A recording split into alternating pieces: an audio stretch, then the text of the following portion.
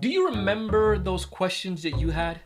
I mean, remember the time when you first started off in sales, when you left that cushy little job and then you came into the sales world and you were determined that you're going to succeed? Or perhaps when you graduated and then you jumped into sales thinking, you know what, I'm ready to handle this thing, I'm ready to make some money.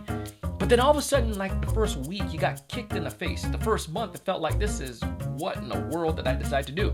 If you ever had those situations, believe you me, I understand. I've been there. And my friend Isaac, he is just entering into the sales world and he has some questions. And this episode is going out to Isaac and to all of you first timers who are entering the sales world right now. Class of 2020, welcome. I'm going to tell you some of the things that I wish I knew before I came into sales, and hopefully it can help you. And for you veterans listening to this episode, listen, you probably can get a refresher on these things as well. Let's go ahead and dive into the episode.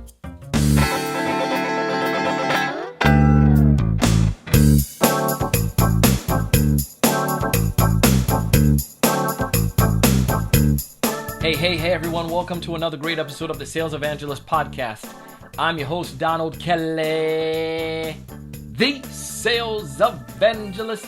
And I'm up in here getting ready to evangelize for you today. I want to give you some insights and some tips that's going to help you as a new sales rep learn what I wish I knew before I came into sales. Now I think I wrote down about 6 or 7 things. Let me see. 7 things that I feel I wish I knew before I went into sales, and I want to make sure this could be something that's going to be helpful to you, that can give you a leg up as you're entering into your sales career, or perhaps maybe you're in your sales career, you're just not in groove yet. It's not solidified. If this is what you're going to do and you're having a tough time, you're probably having some challenges with some of these. So I'm going to give you some ideas. Hopefully they can help, and then we'll link back to some more of our episodes that you can check out in our show notes. But the first one, and by the way, if you want to go ahead and connect with me, you can find me on LinkedIn, Donald C. Kelly. I have a link down below, and you can see it here on the screen, but would love to connect with you on LinkedIn as well. So the first one, I'm just going to name them off, and then we'll go back in, and I'll spend time and hit each of them up. I'm going to read them off the screen here. The first one, believe in yourself and starve your doubts. Second one, sales is not about winning or losing. Then becoming an expert at asking effective questions. Number 4, don't forget rejection. Don't take rejection personally. Number 5, don't compete with others. Compete with yourself. Number 6, you have to be disciplined. I mean, super disciplined. You have to be almost like obsessive when it comes to sales, but you have to be disciplined with prospecting. And then the final one, do the opposite of what everyone else is doing. So the first idea, I did not believe or did not understand that my mindset was so important. I remember watching movies such as Boiler Room, again, these typical sales movies that you see on TV, or these commercials or these TV shows, and you have this charismatic sales rep that his or her job is just to sweet talk the buyer, and they say whatever as long as they get a chance to get in. And I just figured it was all skill set. But then the moment I came into sales, I realized how much mindset it is. I don't have the numbers on this, but I would venture to say that it's at least 70% mental when it comes towards effective selling. I mean, think about that. It's so much in your brain and in your head on what you think. And I mean, you could probably find this in many different areas, but you're not physically actually like performing a task like, I don't know, when it comes towards like playing football, you have to learn how to throw the pass or something like that, where it's a lot more physical. But when you're talking about sales, it's a lot of mental stuff. Are you self-conscious about your ability to find prospects? Are you self-conscious about people saying no to you? Are you worried? Do you believe in your product or your service? All of these things tie back to your mindset and your belief. And you have to make sure that you come strong with that. You have to believe that you're going to succeed. And I did an episode on this, so I'm not going to go back into it. But you have to make sure that you believe that what you're doing matters, and you have to make sure you believe that you're going to succeed at it. Because if you show up with this half-hazardous idea of success, you're going to get a half-hazardous success as an outcome. It just, the formula doesn't work any other way. You can't succeed really higher than your level of belief, because you're going to limit yourself or you're going to sabotage yourself. So you have to come with your A game. You have to come with the belief. You have to come with that knowledge that what you're doing matters. That's the first part. And also starve your doubts. I cannot tell you how much this is important. I give credit to my buddy Jared Easley. He has a podcast named Starve the Doubts, and that idea resonated well with me. You're going to have doubts. You're going to have worry. Like right now in this particular situation, you're looking at this because you're considering, am I cut out for sales? And more than likely, the answer is yes, if you have a belief that you can succeed. But you have to starve your doubts. And just like as the term says, don't give any fuel to your doubt. You know I believe it's a Native American proverb.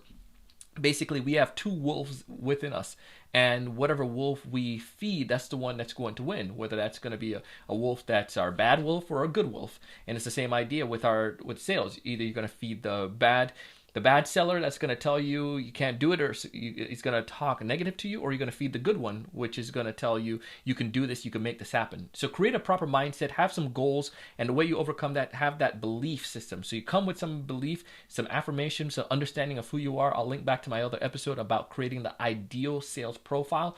Come prepared, come with a rock solid mindset, and boy, I'm telling you, man, nothing's going to stop you. Number 2, sales is not about winning or losing. You're probably saying, what? How you mean sales ain't about winning or losing? I gotta win. But yes, but hear me out on this.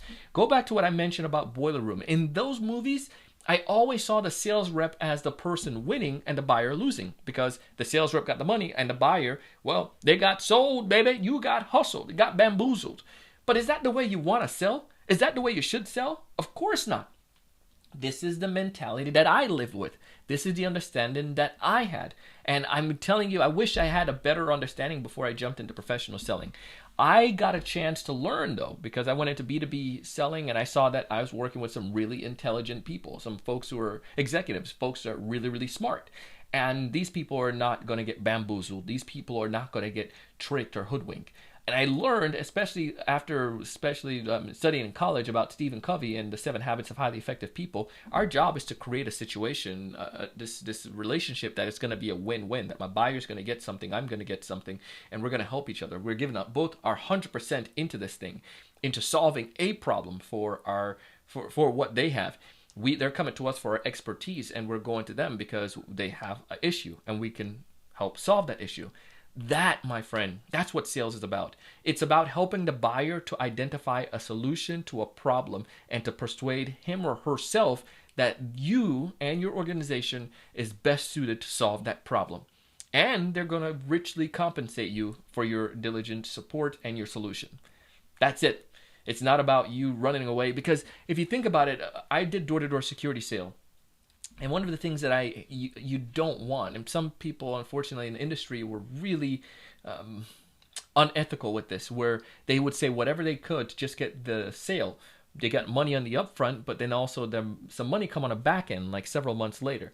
And some of them didn't get the back end money. And that's sad, because that means that the client, it was a high churn. The client left and went somewhere else, or maybe what the sales rep promised wasn't what was delivered. And you can't have that. You must be ethical. You must have that, have a strong mindset. You must have this high level of ethics, and you must believe that what you're doing is helping somebody. And it's not about winning or losing. It's about making sure that you all leave with a problem solved, a raving fan client, and you, my friend, being very, very happy. So I want you to lead with that belief that your goal is to help solve problems for others. And the other thing I want you to leave with is to think more about, how can I help this person? It's not about you. It's not about what I look like. It's not about what I accomplish. It's about how I can help my client to accomplish something. Make sense there? Number 3, become an expert at asking effective questions. I thought that because I was such a good seller, man, I'm sitting here doing my B2C in college. I'm doing my door-to-door security sale. I'm selling Dish Network over the phone, being a server. I thought a great sales rep spoke a lot. I was like, yeah. But then I came into the professional world, and I'm seeing these folks who are doing really well, and they're like Dr. Phil. They're asking questions, asking a lot of effective questions. And when they ask these effective questions, what happened is that the buyer they just spew everything out. They tell them everything about their dog and their dog cousin and their mom, and how their boss is hated, and how they're trying to get their boss's job and promotion. All of these things, the buyer start telling you everything that you need to know, because 1, you build rapport, and 2, you ask effective questions. When you build good rapport, that comes down to your questioning. But when you come to master asking effective questions and going further and doing follow-up questions, come on, man. system, man. Everybody gonna tell you everything. So let's give you an example. You ask the buyer, tell me why are you guys interested in making a change right now? Seemed like a basic good question. Some sales rep would stop right there, but a great seller would probe and go deeper and would say, well, interesting, out of curiosity, why haven't you guys solved the problem before? Why are you just now looking into it? That may seem like it's pushing the grain a little bit because you don't want the buyer to get upset. A good sales rep asks those effective questions, and it's not getting the buyers upset. It's just a simple fact that you're going to keep probing, and then you're going to say, well, tell me more.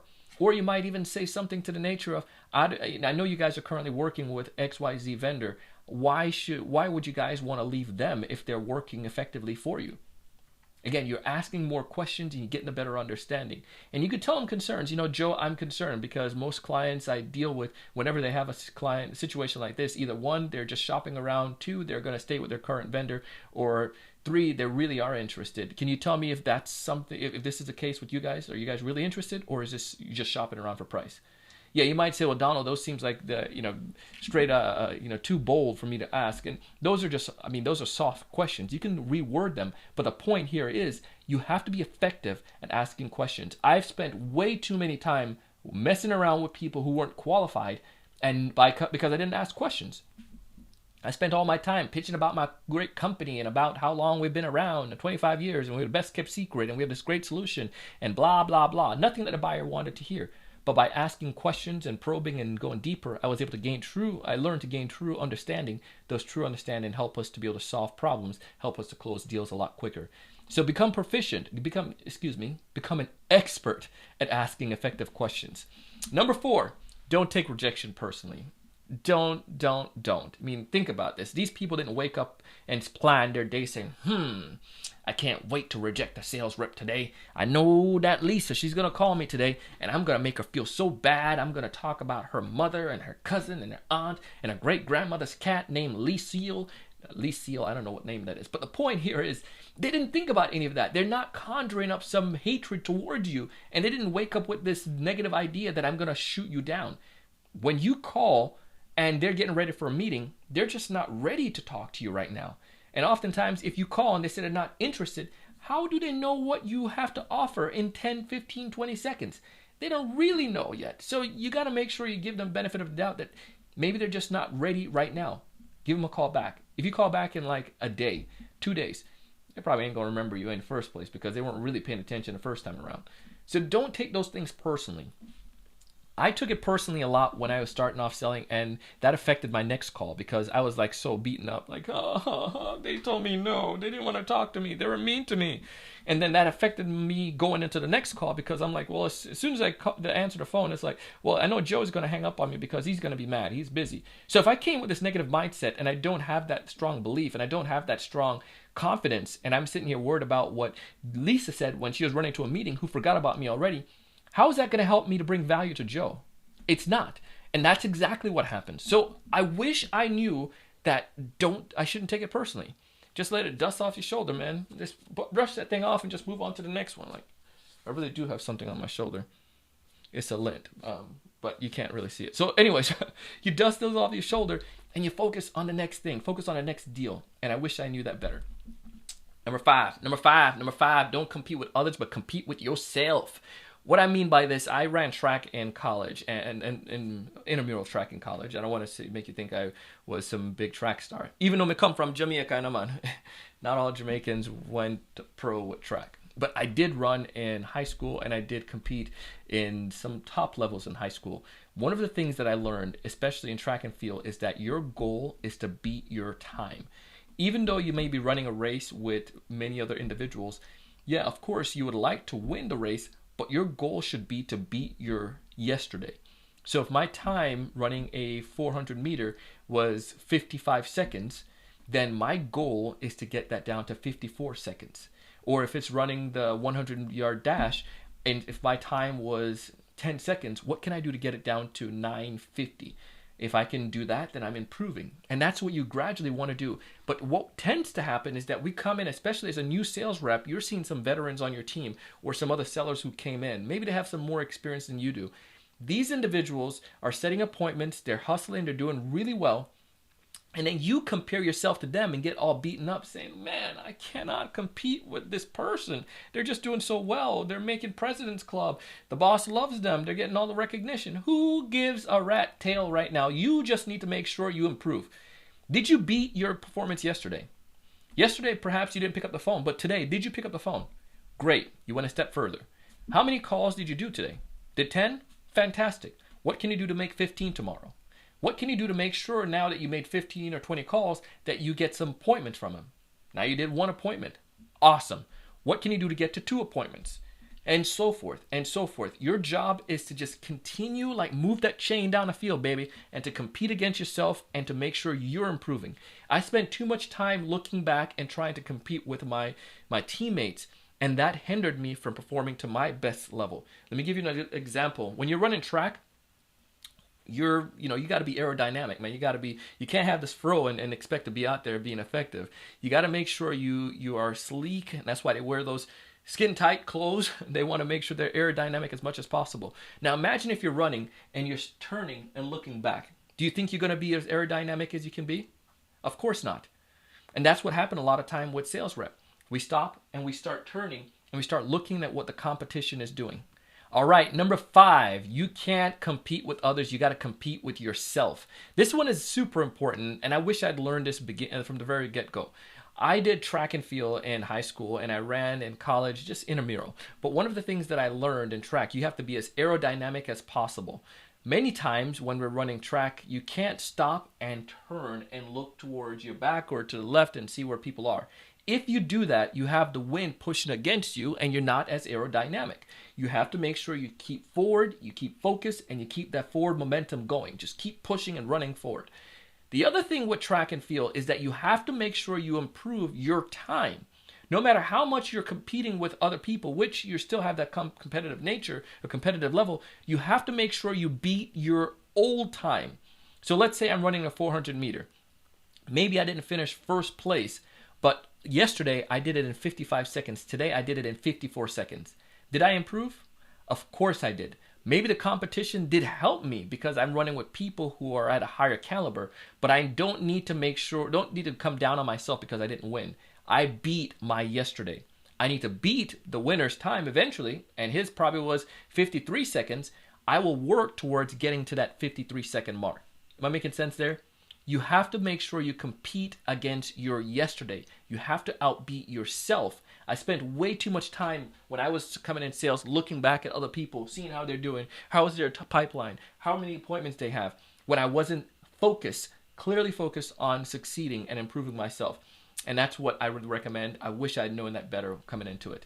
And then a final piece, the final one that I want you to be aware of is that you have to do the opposite of what everyone else is doing. Oh, sorry, number 6. You have to be disciplined.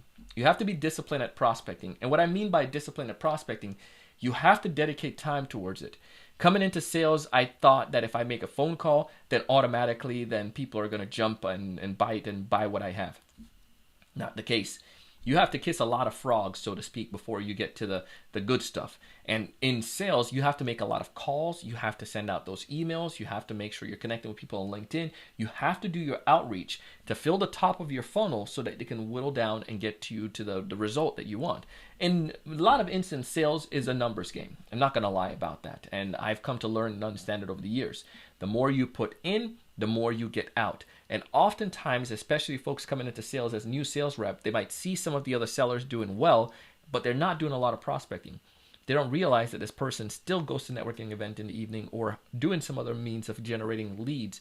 So we think that they're laxing so we can lax. They probably have 10, 15 years on us. They understand how to do this. They may have accounts that are churning and giving them new business opportunities. And you may not have that. You don't have the referral partners that they have. So you have to put your sweat equity in, so to speak. You have to hustle. You have to prospect. Prospect. Become proficient. Become a master. Become disciplined at prospecting every single day. When I get done with you guys, I have some sticky notes on my desk of some people that I need to reach out to. I am going to connect with them. Some new opportunities that I want to generate into new business for our company. So I'm still prospecting. So you have to make sure you're disciplined enough to do that every single day. And the final one is to do the opposite of what everyone else is doing. Yes, it's a philosophy that I love and I live by. When everyone is zigging, what can I do to zag? Here's what I mean by that. When you come into sales, you're going to find that many people do the same old routine. And let's say everyone is only making phone calls in your organization. This is the way we've done it for years. Why not change it up a little bit? Can you add something new? Of course, think outside the box. The goal is to get to the prospect. So if that means I send them something physically in a snail mail, if that means I utilize LinkedIn, if that means that I utilize video, I have to do things different that are going to help me to stand out from everybody else. And once you come across to the prospect as somebody that's innovative, that can stand out from everybody else, listen here, you're in a good position. You're in a great position to be able to impress them and to be able to be seen as somebody that can solve problems and to win the business. I testify to you that there is gold. It works. Stand out from your competition. Seek ways to do the opposite of what everyone else is doing. Those are the 7 tips that I would give you. Give it to my good friend Isaac, who's just entering in the sales world, and give it to all of you who are just entering sales or transitioning or perhaps running your organization. Let me read those off to you again. The first one is that you must have a mindset before your skill set. You must believe that you can succeed. Number 2, sales is not about winning or losing. You got to make sure you give a win-win and give a great opportunity for your buyers. Number 3, become an expert at asking effective questions. Number 4, don't take rejection personally. Nobody's hating you. They got lives and things that they're doing. You're just so happen to be someone that interrupted their day. Number 5, don't compete with others, compete with yourself. Outbeat your yesterday. Number 6, you got to make sure you are disciplined at prospecting every single day. And then number 7, you must do the opposite of what everyone else is doing. If you're doing these things, I mean, there are probably many other ideas, but these are the top ones that I thought of, that I've learned and I've felt that would have helped me, that I know would help you. Anyways, I do this stuff. I share this content because I want to help you. We create these videos. We have these podcasts. We have content like this because we've been in your shoe, baby. And we want to make sure you succeed. If this makes sense to you, go ahead and hit subscribe. Go ahead and click that little button, so whenever we produce a new episode, that you're notified. Also, if you don't have a CRM, please check out Crumble. One of the companies I worked at, a couple of the companies I worked at when I first came out of college did not have CRMs. They had different software, different Excel documents, or different way of tracking. And it worked then, but it was way harder. And I don't want you guys to be in that boat. But check out Crumble. It's a software that's built on Trello. And they sponsor our podcast. And it gives you it's a Trello power up. And it works fantastic, especially for being able to see your deals visually and to be able to move them one to the other, down the stages, all the way to the close. You can find all the details by clicking on a link below or going to thesalesevangelist.com/crumble, or stop there, we're going to edit. You can find all the details by going to thesalesevangelist.com/episode. This is episode 1289, or go to crumble.com/TSE. Again, crumble.com/TSE. They have a free offer for anyone listening to our podcast. So go ahead and take advantage of it. I do this stuff because I want you to succeed. I want you to find more of those ideal customers. I want you to know what to say when you actually connect with them. I want you to be able to build value. I want you to close more deals. But most importantly, I want to challenge your mind each and every single day to go out and do big things. Thanks so much for watching. Hey, thanks so much for taking the time to watch this video today. If you enjoyed the content, I ask you to go ahead and hit that like button, that thumbs up at the bottom right-hand corner. Also, to make sure to subscribe if you haven't done so already. This way, we'll keep you up to date with all the latest sales strategies, latest tools, and things that are going to help you to not only find more prospects, but to close more deals. Thanks so much.